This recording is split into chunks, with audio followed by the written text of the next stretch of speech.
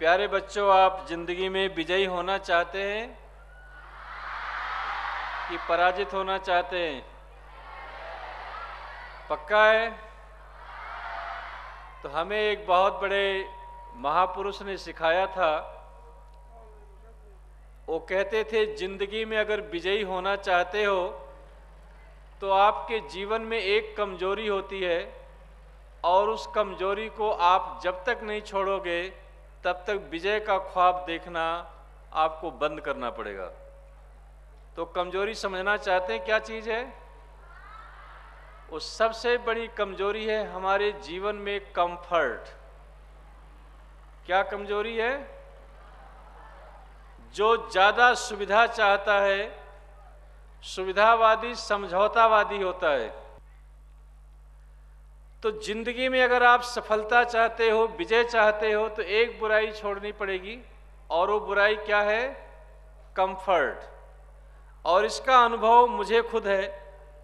जब मैं इस गांव में आया था तो मैं 11 वर्ष तक एक घास की झोपड़ी में रहा। जहाँ मकान है वहाँ घास की झोपड़ी थी, उसमें कोई पंखा नहीं था, कोई एसी नहीं थी, घास की झोपड़ी में रहता था और मैं यहाँ आश्रम का बना हुआ खाना नहीं खाता था, क्योंकि मेरी मानसिकता में थी कि जो दान देते हैं, ईमानदारी के कमाने वाले लोग दान नहीं दे सकते हैं, जो उल्टा सीधा काम करते हैं वही दान देते हैं और उनका अन्न खा करके बुद्धि भ्रष्ट होगी। तो मैं आश्रम का खाना न खा के गाँव में से भिक्षावृत्ति करके खाना खाता था। आज किसी एक घर से आ गया, कल दूसरे घर से आ गया, तो ऐसे खाना लेकर के एक गांव में हमारे गांव वाले लोग हमको 11 बरस तक खाना खिलाए। अलग अलग घर से आते थे। एक सुमित लड़का है, एक यहाँ हकू भाई था, उसका भाई नहीं रहा बेचारा, वो डेली खाना लेकर के बड़े श्रद्धा से आते थे और हमने 11 बरस तक अलग अलग घरों से खाना खाया। उसके बाद 11 साल तक घास की झोपड़ी में रहा, कभी पंखा नहीं देखा, कभी एसी नहीं देखा, तो हमको गर्मी नहीं लगती थी, हमको मच्छर नहीं काटते थे, हमें कोई तकलीफ नहीं होती थी। अब मैं वीआईपी लोग के साथ में रह करके वीआईपी कल्चर आ गई, तो अब हमको गर्मी भी लगती है, अब हमें मच्छर भी काटते हैं और हमें परेशानियां भी होती है। तो इसलिए बच्चों कि जिंदगी में अगर आप विजयी होना चाहते हैं, जो आशीर्वाद जनरल साहब ने दिया है, तो एक जिंदगी का सपना है कंफर्ट छोड़ दो। और जो कंफर्ट का आदी होगा वो विजयी का आदी नहीं हो सकता। बात समझ में आई आपको? तो यहाँ आप आए, आपको हमने जब पहली शिविर लगाई थी तो बच्चे लोग, हवा चलता था टेंट उड़ जाते थे, लोग खुले मैदान में रहते थे। हम चाहते थे लोग को सशक्त और मजबूत बनाएं, लोग को टॉयलेट आदि भी कुछ नहीं था। अब अभी हमको एनडीआरएफ के लोग टेंट देते हैं लगाने के लिए, हम उनके डीजी और उनकी फोर्स के आभारी। एक बार सब लोग एनडीआरएफ के लिए आप लोग जोरदार ताली बजा करके आप उनका रिगार्ड्स करिए। कुछ सुविधाएं भी हो गई, फर्श भी हो गए हैं, लेकिन आप ये सोचते होंगे कि हम टेंट में रहते हैं, यहाँ पक्के मकान भी कुछ है। हमारे फोर्स के आए अफसर लोग, उनके भी रैंक का फर्क हो जाता है कि हम सीनियर ऑफिसर है तो जूनियर वाले के साथ रूम शेयर करेंगे तो मेरा स्टेटस डाउन हो जाएगा। ये ऐसा क्यों लोग रह रहे हैं?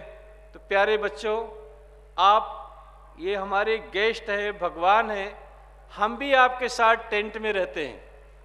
हम भी रात को पूरी रात जगे थे, 4 बजे आकर के उस लाइब्रेरी में गए, तखत पे सोए थे और रात का ट्यूबवेल बोर रात में कराना पड़ा था। एनीवे, तो आप ये मत सोचो कि हम कहीं आराम में हैं और आपको तकलीफ दे रहे हैं, ऐसा कुछ नहीं होगा।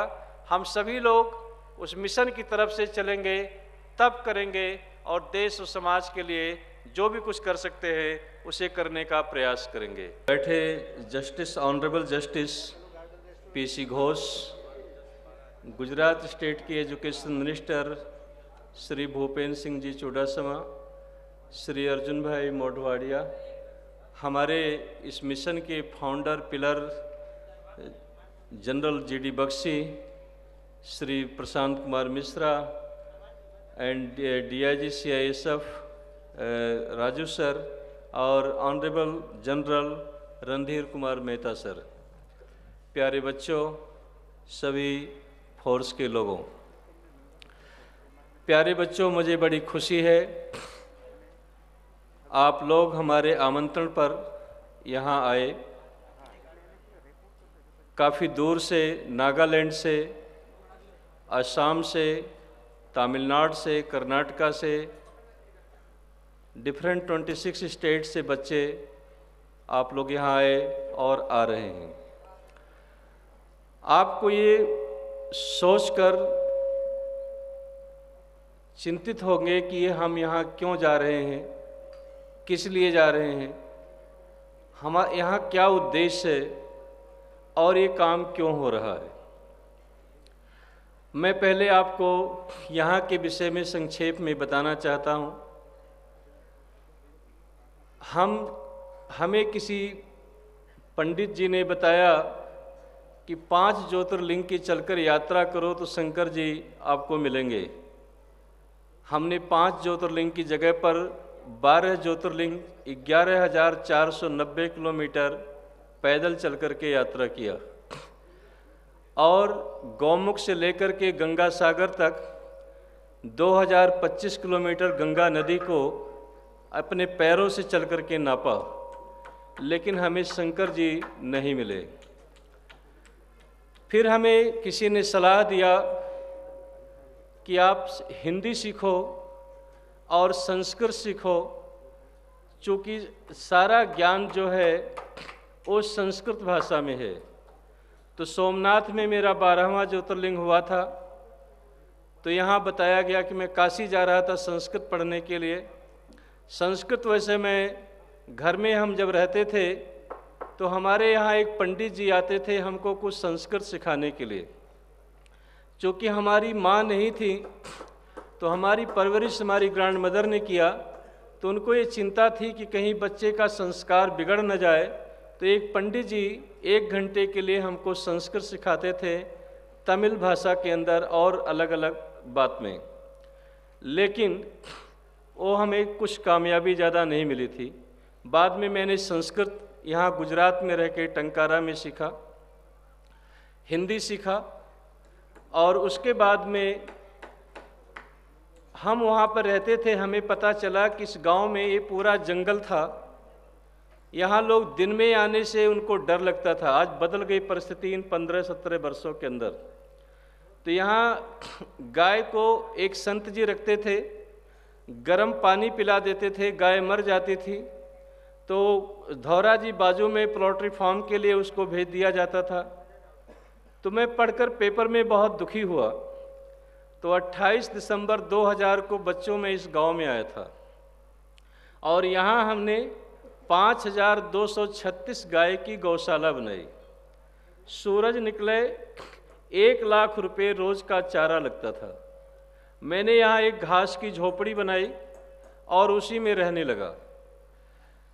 इसके बाद में भूकंप आ गया तो हमें फिर दिल में करुणा आई कि हमें काम करना चाहिए। तो भूकंप में हम गए, 137 ट्रक राशन अपने सहयोगियों से लेकर बांटा, पशुओं के लिए 980 ट्रक चारा दिया और वहाँ हमने 5 गांव बनाए, कुरन, घोड़पर, खारी, बेढ़ार और खारोड़ा, और उसके साथ में 17 स्कूल बनाए। जो गवर्नमेंट स्कूल डिस्ट्रॉय हो गए थे उसको स्कूल को हमने बनाया। इसके बाद में 400 कुएं हमने साबरकाठा जिले के पोसीना क्षेत्र में खुदवाए, 600 चेक डैम बनाए। और ये हमारे जो पोरबंदर से आए हैं अर्जुन भाई, इनके एरिया में बखाला आदि गांव में हमने 50-50 लाख रुपए के काफ़ी तालाब और चेक डैम मुरू भाई मोडवाड़िया के साथ मिलकर काम करके बनाए।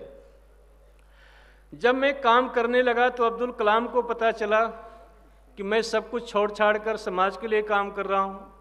उन्होंने मेरा संपर्क किया, यहाँ आए और 1 महीना मेरे साथ रहे हम यहाँ और कच्छ में।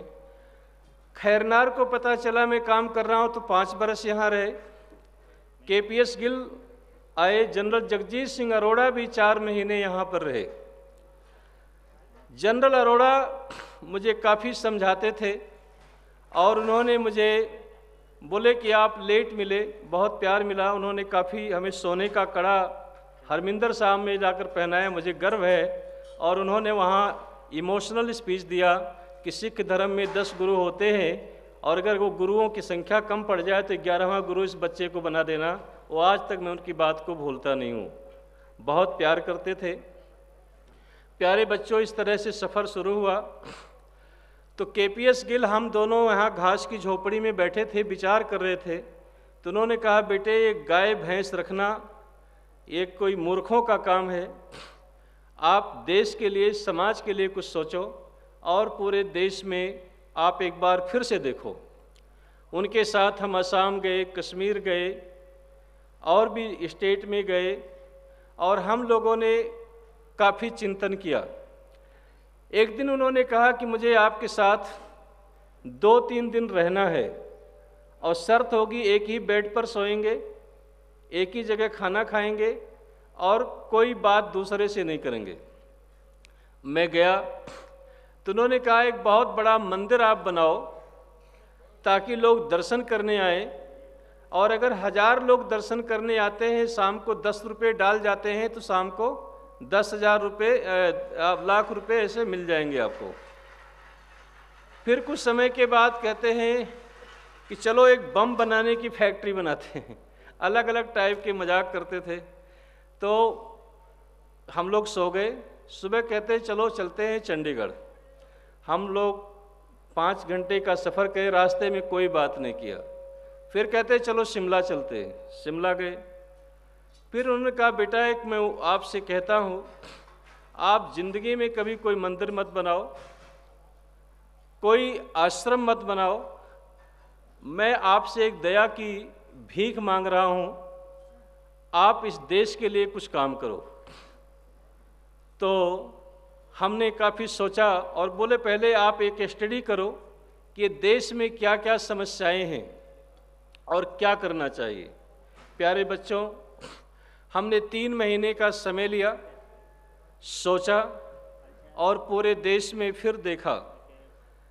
हमने एक रिपोर्ट बनाया कि इस देश में 11 प्रकार के लोग ऐसे हैं जिनके सुधरने से देश सुधरता है और जिनके बिगड़ने से देश बिगड़ता है। Number 1, politician think tank. किसी भी पार्टी में लाखों लीडर होते हैं, लेकिन वो जो पॉलिसी बनाते हैं वो 100, 150, 50 लोग मिलकर बनाते हैं और जो पॉलिसी तय करते हैं वो पूरी पार्टी इम्प्लीमेंट करती है। तो पहला है सुधार, पॉलिटिशियन थिंक टैंक। दूसरा, ब्यूरोक्रेट्स। इस देश में आईएएस, आईपीएस, आईएफएस, आईआरएस, ये जो पॉलिसी बनाते हैं, 1,94,00,000 भारत देश के सरकारी कर्मचारियों की संख्या है। उसमें ये 25-50 हज़ार लोग क्लास 1 अफसर और प्लस ये यूपीएससी के आए हुए लोग, ये जो पॉलिसी बनाते हैं वो पूरे देश पर, समाज पर असर करता है। तीसरा वर्ग है कॉरपोरेट। बड़े बड़े औद्योगिक घराने, ये लोग ऐसे मौसम वैज्ञानिक होते हैं, वो हर तरफ अपना सही रखते हैं और जो चाहते हैं वो देश में काम करते हैं और करवाते हैं। चौथा वर्ग है टीवी चैनल, पत्रकार, रिपोर्टर्स। ये इनका क्या इंटरेस्ट है, किस लिए काम करते हैं, इसका एक समाज पर बहुत बड़ा असर पड़ता है। पांचवा, टीवी सीरियल, फिल्म के मेकर्स, साहित्यकार। आप कैसी फिल्म बनाते हैं, किस तरह से लिटरेचर सोसाइटी को देते हैं और आप कैसे सीरियल बनाते हैं, इसका समाज पर असर पड़ता है। आप देखिए, जब महाभारत रामायण सीरियल चला था, हमने लोगों से सुना कि रोड बंद हो जाते थे। आप किस तरह से सोसाइटी को और मार्गदर्शन करना चाहते हैं, उसका असर पड़ता है। इसके बाद में आपको मैनेजमेंट, मार्केटिंग, एडवर्टाइजमेंट के लोग आप किस तरह से देश में माहौल बनाना चाहते हैं, इसका एक असर समाज पर बहुत ज़्यादा पड़ता है। इसके बाद सुप्रीम कोर्ट, हाई कोर्ट के जजमेंट, महात्मा गांधी जी ने 1921 में एक आर्टिकल लिखा था हरिजन पेपर में कि जब ये देश आज़ाद होगा, डेमोक्रेसी आएगी, तो वहाँ 4 टाइप के डिफेक्ट्स दिखाई पड़ेंगे। Number 1, defects of elections, election में डिफेक्ट्स आएगा। बर्डन ऑफ गवर्नेंस, प्रशासनिक बोझ का आपको असर दिखाई पड़ेगा।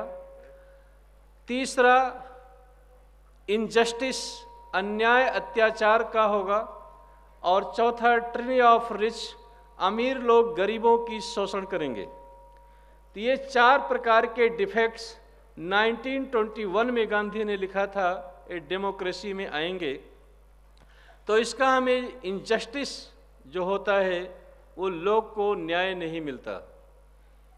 इसके बाद स्पोर्ट्समैन, स्पोर्ट्स पर्सन होते हैं, उनके लाइफ से लोग प्रभावित होते हैं और उनके विषय में जानना चाहते हैं। इसके बाद स्कूल के प्रिंसिपल और ट्रस्टी लोग, इनका समाज में काफ़ी असर होता है। तो ऐसे 11 वर्ग के लोग हैं जिनके सुधरने से देश सुधरता है और जिनके बिगड़ने से देश बिगड़ता है। तो इसके लिए कोई एक स्कूल हम बनाते तो 1000, 2000, 5000, 10,000 बच्चों के बीच में सिमट कर रह जाते। और पूरी लाइफ आप पढ़ाई करें, कुछ होता नहीं। जिंदगी में जो परिवर्तन आते हैं 1-2 शब्दों से आते हैं। तो इसके लिए पूरे देश में भ्रमण किया जाए और पूरे देश के बच्चों को लाया जाए। उनको, हमारे पास ज्ञान नहीं है, जो देश के जो समझदार लोग हैं उनको ला करके समझाया जाए। इसके लिए हम लोगों ने 10 फरवरी 2002 को पहली शिविर यहाँ लगाए थे, राष्ट्र कथा शिविर प्रारंभ किए। देश में जिस तरह से भागवत कथा, रामायण कथा होते हैं, उसी तरह से राष्ट्र कथा प्रारंभ किए। तो आचार्य चाणक्य का एक वाक्य समझ में आया, easy to get success but difficult to maintain it. किसी भी काम को करने से सफलता बड़े आसानी से मिलती है, लेकिन उसको लॉन्ग टाइम मेंटेन रखना वो बहुत मुश्किल होता है। तो अब उसको मेंटेन रखने के लिए जिंदगी के कुछ इथिक्स, वैल्यूज, कुछ प्रिंसिपल होने चाहिए। तो हमने जब काम करने का फैसला लिया तो 27 फरवरी 2002 को हम doctor APJ Abdul Kalam, KPS Gill, Joginder Singh और इसके साथ में एक मिल करके ये विचार किए। आज वो दुनिया में ये लोग नहीं रहे। तो प्यारे बच्चों, हमने जिंदगी के अपने 5 फैसले लिए। पहला फैसला ये लिया कि हम कभी सरकारी सहायता नहीं लेंगे। हमने जो इतने काम किए, गांव बनाए, स्कूल बनाए, उसमें भी 1 रुपये कभी सरकारी फंड, जबकि 50% गवर्नमेंट ऑफ गुजरात सब्सिडी दे रही थी, हमने 1 रुपये कभी किसी के पास जा कर के हाथ फैलाकर भीख नहीं मांगा कि हमें सहायता चाहिए। 5000 गाय रखी। उस समय 10 रुपये एक गाय पर सब्सिडी मिलती थी, 50,000 पर डे सब्सिडी मिलती थी, लेकिन हमने 1 रुपये कभी सरकारी सहायता नहीं लिया। न हमने कभी सरकारी सहायता लिया और न कभी फॉरेन का फंड लिया। तो जिंदगी का पहला फैसला लिया था कि न हम कभी सरकारी सहायता लेंगे और न कभी फॉरेन का फंड लेंगे। जिंदगी का दूसरा फैसला हमने ये सोच समझ करके लिया कि हम कभी विद्या को बेचेंगे नहीं। कोई मुझे लेक्चर, प्रवचन के लिए बुलाएगा तो उसके लिए फीस नहीं लेंगे। विद्या बेचना गौमांस खाने के बराबर है। हमें धर्मशास्त्र में बताया, ब्राह्मणे निष्कारणो धर्मे षडंगो वेदो ध्येयो जेयस्य। ब्राह्मण का, विद्वान का निष्काम कार्य है कि वो विद्या का प्रचार करे और उसे निःशुल्क सेवा लोगों के पास जाकर के करे। न कभी विद्या को बेचेंगे और न ही कोई मैन्यूअर सिस्टम से चालबाजी चालाकी से प्रचार प्रसार करेंगे, किसी प्रेस कॉन्फ्रेंस करके या किसी प्रेस वाले को चाय पानी पिला करके या किसी को लांच रिश्वत दे करके अपना आर्टिकल एडिटोरियल लिखाओ। वो मैं लाइफ में कभी करने वाला नहीं हूँ, चाहे कोई जाने या मत जाने। तो ये जिंदगी का दूसरा फैसला, आज तक ये कोई इसका प्रचार प्रसार विशेष नहीं है, तो ये फैसला हमने सोच समझ कर लिया था।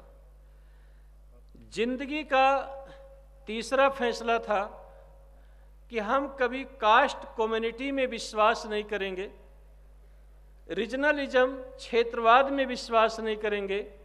जो सोचेंगे वो नेशन और ह्यूमैनिटी के विषय में सोचेंगे। आप एक दूसरे के विषय में सोचेंगे, उसके लिए कोई पर्टिकुलर कास्ट और उसकी सोसाइटी के लिए हम नहीं सोचेंगे और न इसके तरफ हम जाएंगे।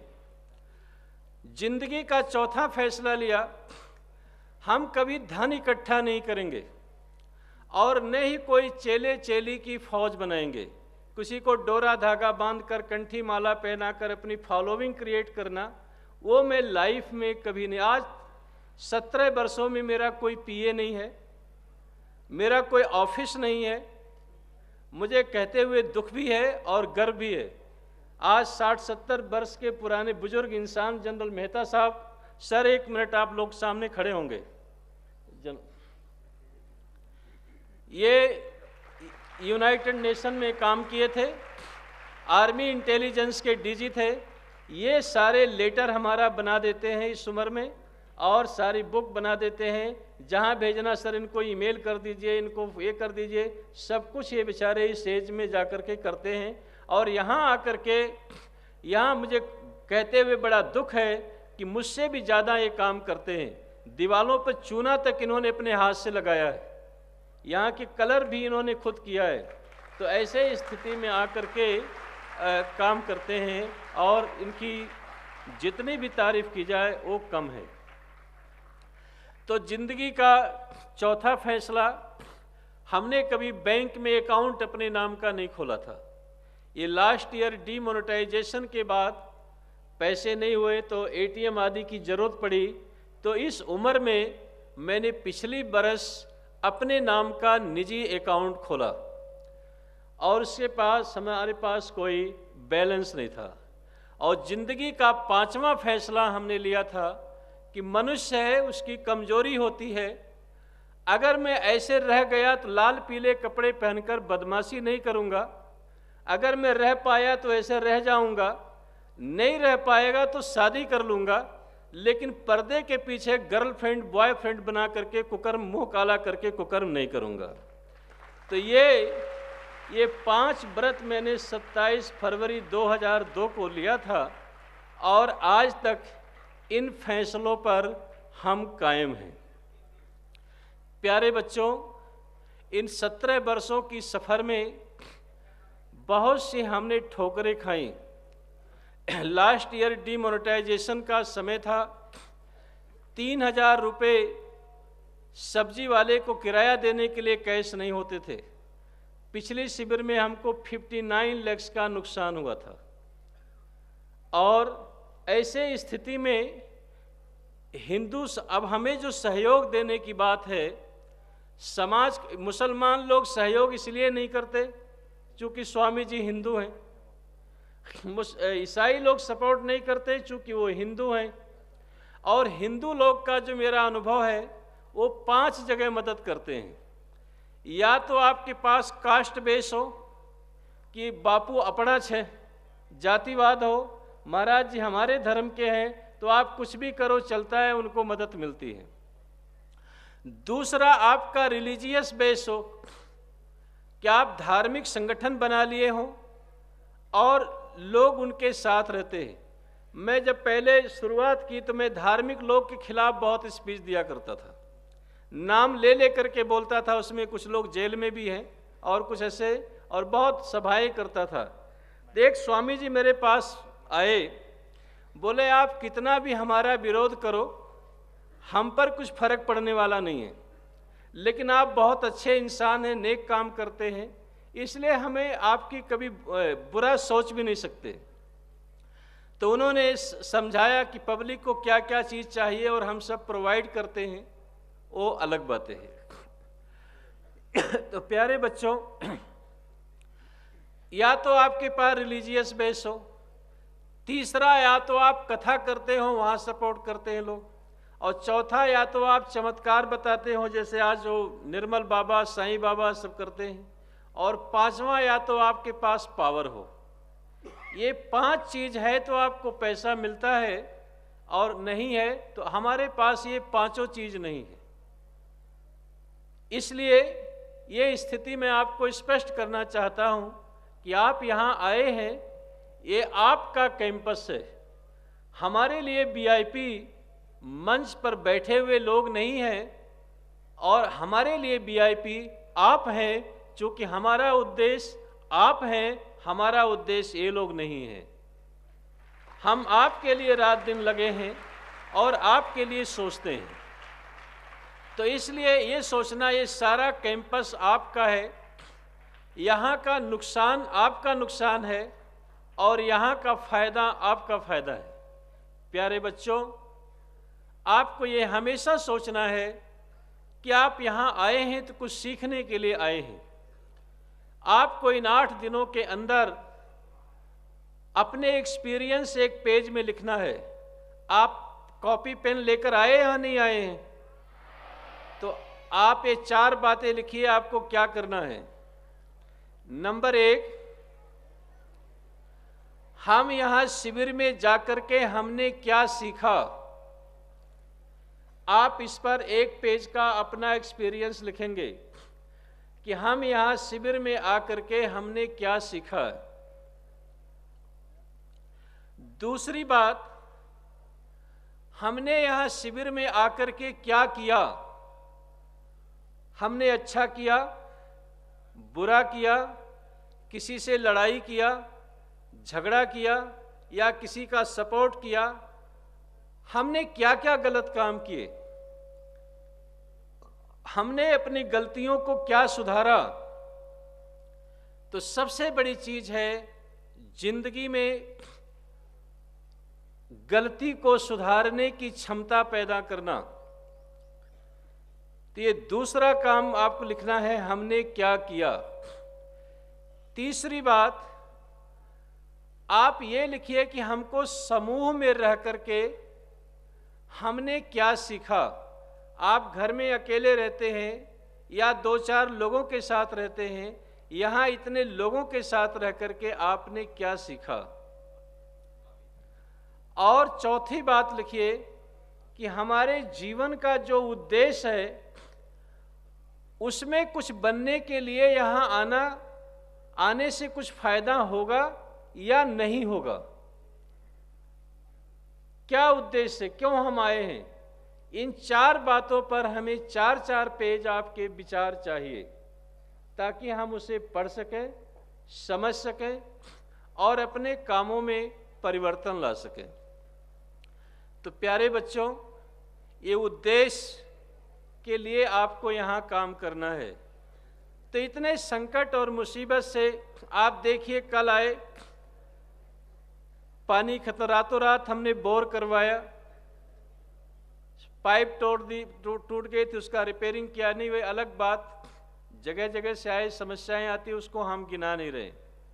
लेकिन एक कठिन काम करने से समस्या समाज में ये आती है, या तो आप किसी पार्टी के साथ एसोसिएट होकर के काम करो, या तो आप फॉलोवर बना करके काम करो, या आप टीम बनाकर काम करो। अगर आप सही काम करना चाहते हैं तो समाज में वो चीज़ नहीं मिलती है, सहयोग जो आप अपेक्षा रखते हैं। लेकिन फिर भी हम बड़े शुक्रगुजार हैं कि भारत सरकार के जिन लोगों ने हम पर विश्वास किया है, उन विश्वास को देख करके इन सारी कमजोरियां हम 1 मिनट में भूलने के लिए तैयार हो जाते हैं।